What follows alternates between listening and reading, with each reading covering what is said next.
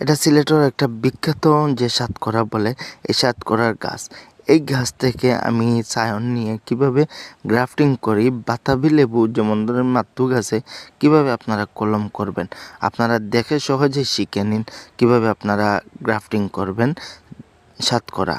দেখেন আমি মাত্তু গাছটা একটানে কেটে নেওয়ার পরে একটা সাইড দিয়ে আমি কেটে নিলাম। আর এবং আপনারা যে সাতকরার ডালটা নেবেন সেটা যেন একটু ফুটা ফুটা ভাব একটু থাকে, তখন আপনাদের সহজে আপনাদের হয়ে যাবে। দেখেন একটানে আমি কেটে নিয়েছি। আপনারা এই জায়গাগুলো তেতলাবেন না, আপনারা ইজিভাবে সহজে আপনারা একটানে নিয়ে নেবেন এবং আপনারা টাইট করে বেঁধে দিবেন।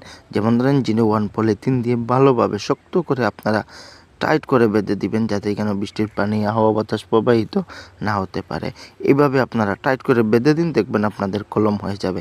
এবং আরেকটা জিনিস লক্ষ্য করবেন, এই যে 01 পলিথিন পেঁচানোর সময় আপনারা ছোট্ট একটু কুলা রাখবেন। এভাবে আপনারা কলম করেন। আর এরকম টিপস পেতে আমার চ্যানেলটা সাবস্ক্রাইব করতে ভুলবেন না, ফেসবুক পেজটা ফলো করতে ভুলবেন না, লাইক কমেন্ট শেয়ার করতে ভুলবেন না।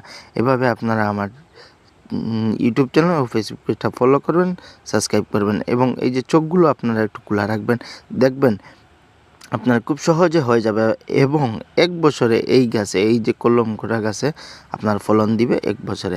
এরকম টিপস পেতে আমার চ্যানেলটা সাবস্ক্রাইব করবেন, ফেসবুক পেজটা ফলো করবেন। আসসালামু আলাইকুম।